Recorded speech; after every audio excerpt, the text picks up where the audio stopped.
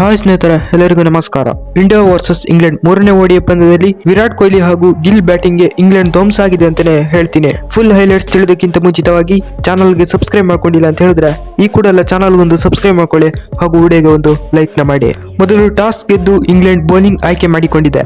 India ಪರ top order ನಲ್ಲಿ ರೋಹಿತ್ ಶರ್ಮಾ ಹಾಗೂ ಗಿಲ್ ಓಪನಿಂಗ್ ಮಾಡಿದ್ರು. ರೋಹಿತ್ ಶರ್ಮಾ ಇಂದ ಕಳಪೆ ಫಾರ್ಮ್ ಬಂದಿದೆ.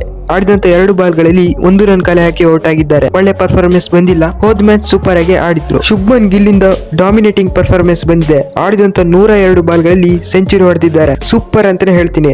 14 4 ಗುರು ಬೆಂಕಿ ಅಂತಾನೆ ಹೇಳ್ತೀನಿ ಹಾಗೂ 3 6 ಸೂಪರ್. ಹಾಗೂ ವಿರಾಟ್ ಕೊಹ್ಲಿ ಅವ್ರ ಕಡೆಯಿಂದನೂ ಒಳ್ಳೆ ಪರ್ಫಾರ್ಮೆನ್ಸ್ ಬಂದಿದೆ. ರೀಸೆಂಟ್ ಆಗಿ ಅಷ್ಟು ಚೆನ್ನಾಗಿ ಆಡ್ತಿರ್ಲಿಲ್ಲ ವಿರಾಟ್ ಕೊಹ್ಲಿ. ಇವತ್ತಿನ ದಿನ ಡಾಮಿನೇಟಿಂಗ್ ಪರ್ಫಾರ್ಮೆನ್ಸ್ ನ ತಗೊಬಂದಿದ್ದಾರೆ. ಆಡಿದಂತ 55 ಬಾಲ್ಗಳಲ್ಲಿ 50 ಹೊಡೆದಿದ್ದಾರೆ. ಸೂಪರ್ ಅಂತಾನೆ ಹೇಳ್ತೀನಿ. ಹಾಗೂ ಶ್ರೇಯಸ್ ಅಯ್ಯರ್ ಕೂಡ ಸೂಪರ್ ಆಗಿ ಆಡ್ತಾ ಇದ್ದಾರೆ. ಈಗ ಆಡಿದಂತ 61 ಬಾಲ್ಗಳಲ್ಲಿ 73 ರನ್ ಕಲೆ ಹಾಕಿ ನಾಟ್ಔಟ್ ಆಗಿ ಉಳಿದಿದ್ದಾರೆ. ಇನ್ನು ಇಂಡಿಯಾ ಆಡ್ತಾ ಇದ್ದಾರೆ. ಹಾಗೂ KL ರಾಹುಲ್ ಅವರು ಆಡಿದಂತೆ 7 ಬಾಲ್ಗಳಲ್ಲಿ 5 ರನ್ ಕಲೆ ಹಾಕಿ ನಾಟ್ಔಟ್ ಆಗಿ ಉಳಿದಿದ್ದಾರೆ. ಸೂಪರ್ ಅಂತಾನೆ ಹೇಳ್ತೀನಿ. ಇಂಡಿಯಾ ಡಾಮಿನೇಟಿಂಗ್ ಪರ್ಫಾರ್ಮೆನ್ಸ್ ನ ತಗೊಬಂದಿದೆ ಇವತ್ತಿನ ದಿವಸ.